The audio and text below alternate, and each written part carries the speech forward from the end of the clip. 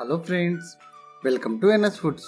ఈరోజు మన ఈ వీడియోలో రెగ్యులర్గా చేసుకునే ఎగ్ ఫ్రై కాకుండా ఈ విధంగా కొంచెం డిఫరెంట్గా చేసుకోండి.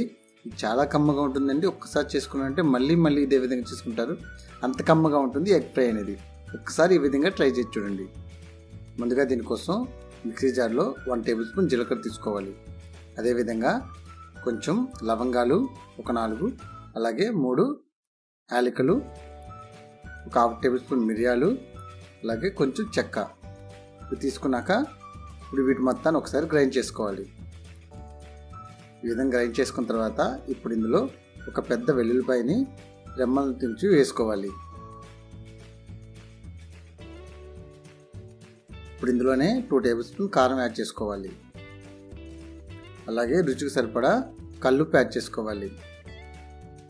ఇలా యాడ్ చేసుకున్న తర్వాత వీటి మొత్తాన్ని మనం గ్రైండ్ చేసుకోవాలి. ఈ విధంగా మొత్తం గ్రైండ్ చేసుకొని దీన్ని పక్కన పెట్టుకోవాలి రెడీగా. ఇప్పుడు ఒక బౌల్లో 4 ఎగ్స్ని ఈ విధంగా పగలగొట్టుకోవాలి.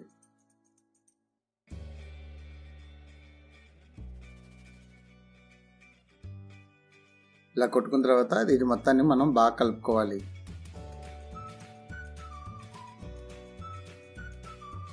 మొత్తం బాగా కలుపుకున్న తర్వాత ఇప్పుడు ప్యాన్లో 2 టేబుల్ స్పూన్ ఆయిల్ వేసుకోవాలి.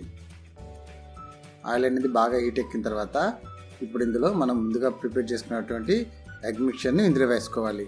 వేసిన తర్వాత 1 నిమిషం పాటు మనం కదిలించకూడదండి. 1 నిమిషం తర్వాత ఇప్పుడు ఇందులో కొంచెం సాల్ట్ అనేది స్ప్రింకిల్ చేసుకొని ఈ విధంగా చూపిస్తున్నట్లు కదుపుకుంటూ మొత్తాన్ని బాగా ఫ్రై చేసుకోవాలి. ఈ విధంగా బాగా ఫ్రై అయిన తర్వాత వీటిని ఒక ప్లేట్లోకి పక్కకు తీసుకోవాలి. ఇప్పుడు ఇదే ప్యాన్లో ఇంకో 1.5 టేబుల్ స్పూన్ ఆయిల్ వేసుకోవాలి. ఆయిల్ అనేది హీట్ ఎక్కిన తర్వాత ఇప్పుడు ఇందులో కొంచెం ఆవాలు, అదేవిధంగా కొంచెం శనగపప్పు వేసుకోవాలి. ఇలా వేసుకున్న తర్వాత వీటిని కొంచెంసేపు వేయించుకోవాలి. ఇలా కొంచెం వేగిన తర్వాత ఇప్పుడు ఇందులో కొంచెం జీలకర్ర వేసుకోవాలి. జీలకర్ర వేసిన తర్వాత కూడా కొంచెం ఒకసారి కలుపుకొని ఇప్పుడు ఇందులో ఒక 2 పచ్చిమిరకాయలు, అలాగే 2 ఎండుమిరకాయలు వేసుకొని వీటిని కూడా బాగా కలుపుకోవాలి. ఈ మొత్తం కొంచెం వేగిన తర్వాత ఇప్పుడు ఇందులో కొంచెం కరివేపాకు వేసుకోవాలి. ఈ మొత్తం వేగిపోయిన తర్వాత ఇప్పుడు ఇందులో అల్లం వెల్లుల్లి పేస్ట్ అనేది ఒక 1 టేబుల్ స్పూన్ వేసుకొని పచ్చివాసన పోయేలాగా వేయించుకోవాలి. మొత్తం వేగిపోయిన తర్వాత ఇప్పుడు ఇందులో కొంచెం పసుపు వేసుకోవాలి. ఇప్పుడు ముందుగా ప్రిపేర్ చేసుకున్న కారం చూసారా, వెల్లుల్లిపాయ కారం అనేది అది యాడ్ చేసుకుని దీని మొత్తాన్ని బాగా మనం కొంచెంసేపు మగ్గించుకోవాలి. ఈ మొత్తం చూసారు కదా, ఈ విధంగా బాగా మగ్గిపోయిన తర్వాత ఇప్పుడు ఇందులో మనం ముందుగా వేయించుకున్నటువంటి ఎగ్ ఉంది చూసారా, ఈ మొత్తాన్ని యాడ్ చేసుకోవాలి. ఇలా యాడ్ చేసిన తర్వాత మంటను అనేది మీడియం ఫ్లేమ్లో పెట్టుకొని దీన్ని మొత్తం బాగా కలుపుకోవాలి.